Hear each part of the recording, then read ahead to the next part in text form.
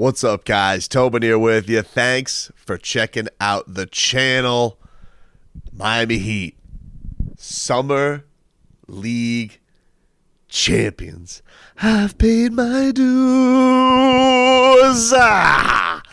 Man, get the bronze out and start crafting a statue for Adam Simon, man. What a roster that scouting department put together. What a draft class. What a bunch of two-ways. Coach Dan Bisaccia, what can I say, man? You got championship valor already. That's why they send you to Sioux Falls. Nobody wants to go to Sioux Falls, but Coach Dan wants to go to Sioux Falls because this man is ready to craft now a G League champion. And look, snark aside, rat bastards aside, any O'Keefes or O'Malleys who wants to say anything, the Miami Heat not only came into Summer League, they ran roughshod on Summer League. They took one loss over California and Vegas, avenged that only loss, didn't lose in Las Vegas, had the biggest margin of victory out of any games in the regular play, and then go with a team that has been a strong roster. You got Gigi Jackson, you have Scottie Pippen Jr., you have guys who are playing minutes last year for a Grizzlies team that, yes, did stink, did not have their guys, and these guys got a lot of league experience. You're taking on guys with league experience, and who are the Heat doing it with? They're doing it with babies, dude. Babies or guys who are trying to make their way after getting outcast from other organizations, and they pull it out today. Swedish Swish, a.k.a. Pelle Larsson, the Miami Heat's second-round pick, gets it done, gets the game winner. They win in OT 120-118. And this kid not only has fabulous hair, not only has a great accent, but he just does it all. And today was a frustrating game from the perspective of this was a tough Grizzlies team. They played very, very physical, typical to their culture and their style. They played very, very physical. They tried to bait the Miami Heat into a lot of fouls. They got to the free throw line today. Check this out, dude. 37 free throws. Now, you guys may notice I am not in my typical location. I'm in a what looks like witness protection. I am in Indianapolis. I so don't want to be here. But I'm in Indianapolis for Big Ten Media Week. I know, it's strange. Long story, I'll tell it on the radio show. I'm seeing a lot of Pacers gear, which I'm giving big-time middle fingers to around the streets here. They're sitting here. I was just at a bar. Guy was wondering, why isn't Halliburton playing in the Olympics? Because he can't help him win. That's why, dude. But that aside, I wasn't in an Indiana bar just now watching this championship go down. But I was watching this basically from the plane, got to the hotel, which is like a 20-minute drive, then ended up at my pal here from the Orange Bowl who was escorting me around town. He was we took many places because apparently everything in Indiana closes at like 8 o'clock. And we finally find a place to get a slice of pizza and a beer, and they had the game on, and we're watching this, and people are like like, this guy is spitting out a lot of Heat facts. I'm like, yeah, that's right. That's right. Josh Christopher, you guys haven't heard of him? Well, he's the finals MVP, dude. And I got to say, Jacob, what a story this guy has been, and what a find. And that three-pointer that he hit in this game, onions, dude, over Gigi Jackson from deep. And was just like, man, the stones on that kid. This thing was a fun watch back and forth. But one of the things that made it go on forever was the free throws. So many foul calls. Look, it's Summer League for the refs too. They're trying to make an impression. They need to show they can make the calls. And apparently they were going to do that with everything, every single one of these. And this was a game. They went to the free throw line, Memphis, 37 times. 25 of 37 from the free throw line. Now the Heat, they went 25. I mean, nothing to sneeze at. And they struggled too. They missed nearly half their free throws, which was probably a reason this game could have been cinched up a little bit quicker. But dude, I was like sitting here and I'm like, I cannot believe the stakes I feel right now. The joy I'm feeling right now in an Indiana sports bar, pizza dive bar, really is more like it. And I'm taking delight in Pelle Larsson's game winner to hit a target score. And I got to tell you, that trophy they bring out for the Summer League, mwah, beautiful, dude. It was a piece of work. And I just think that the summer was just a success all around. I mean, let's look at some of these final numbers here today.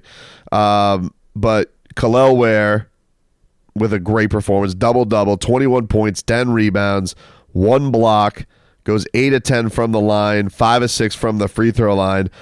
Pelle, he finishes today with 16 points. But his story was kind of great. I mean, like, he was kind of all over the place this game. And I think the thing that you love about Pelle's performance today is he starts off the game like guns blazing, then all of a sudden gets into huge foul trouble. And he has to basically sit the entire first half, comes right back out in the third quarter, fouls again. So I just thought that showed a lot of mental wherewithal from Pelle. Really, really huge. Cole Swider today. What can you say about the Swider man, dude? He was slumping a little bit. This has had to have been I guess a tough week for him with his qualifying offer getting pulled. I don't know if that was unknown to him or not. It doesn't sound like it was a big surprise, but I found very surprising how nobody on God's green basketball earth has poached this guy and taken him away from the Miami Heat. I don't know what that means for his future. All I know is the dude can shoot the mother bleeping lights out. He hits a big onions 3 for the Miami Heat in this one. And he finishes today 5 of 8 from downtown, finishes with a cool 19 points. He was awesome. Alondas Williams, the contributions were all around, because this was one of those where some of the young guys, didn't have a setting because of the whistle that was called, with Pelle getting into foul trouble. Isaiah Stevens, who has been as steadying a force as there has been for this team, he fouls out of the game today and deals with some issues. So they had to look to other guys, and you really just got it from all over the place, whether it be even Zion pulling for some stuff off the bench. But you just have to really tip your cap to this team. They were a really fun watch all summer.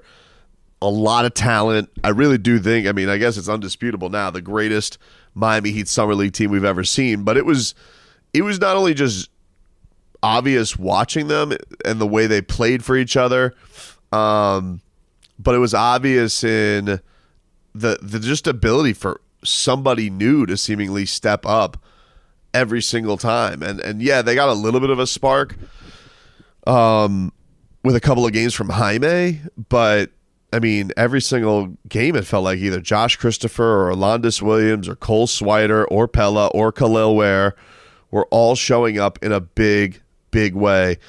You have to give big love to Coach Dan Bisacchio. The guy's going to do, I think, a marvelous job with a lot of these guys that he's going to have in Sioux Falls. He's earned that job. His first head coaching experience after being a video guy with the Miami Heat. That's where that's the dungeon. That's where Eric Spoelstra comes up from, right? Eric Spoelstra's tough on his video guys. Becomes a player development guy. Gets the respect of the players on the team, because on scout team he plays so damn hard. They call him 10-Day Dan. This is a guy who I think is going to continue to earn the respect of a lot of people in the organization. So he did a really, really tremendous job for this Heat squad. And you got to give it up for the scout GOAT, man. Adam Simon just continues to do just marvelous work for this franchise when it comes to the scouting, everybody that has in that scouting department. What a roster they put together. And not only that, I think the thing that the Heat will take away even again from this, because, the stories are going to be told, and these are going to be the next guys. I haven't even got to mention, because he's been injured the last couple of games, Keyshawn Johnson maybe was even the find of the Summer League, and they didn't even have him for the last few games. And that's great. It was like, oh, Jaime's gone now, someone else is going to step up. Keyshawn's out now, someone else is going to step up. Pella's in foul trouble. Cole's going to step up. Cole's done now. Pella's going to have the game winner. Someone's going to get Kel'el Ware has the matchup. Kel'el Ware is going to get an and one. I love the ability, by the way, of offensively, the way Ware and the way Pella can play through contact. They're knocked off stuff. They don't get rattled. They get into the marginal places of the game. Really, really fun team, man. I don't give a rat's ass what anybody has to say about, it's Summer League. You can be a look, anybody can be a snarky bastard about anything. You can. That's fine. Be the way you want to be. Live in the YouTube comments of negativity and wallow in that. But I had a lot of fun watching this team this summer. And to be honest with you, yeah, there is a part of me as a fan with this being a quiet summer and being an uneventful summer from a big move standpoint and turning the page. We've been saying we want new stuff. You want to see new stuff on this roster. Well, you look like you got at least two real pieces that you'll be excited about watching. You've gotten to watch Bam Adebayo with Team USA. You've gotten to now start watching Nikola Jovic make his return for Serbia. You seem like you have another undrafted gem in Keyshawn. You have another one probably in Josh Christopher. And so, yeah, while the diamond home run move hasn't been there yet, the essence of the roster, as a fan, I can get behind that. I find that tremendously fun. Cannot wait to watch them. It's Goosey's friggin' galore, dude. Well done to the Miami Heat, your Summer League, Vegas champions. Well done, boys. Congratulations, and enjoy this one. Go gamble your asses off.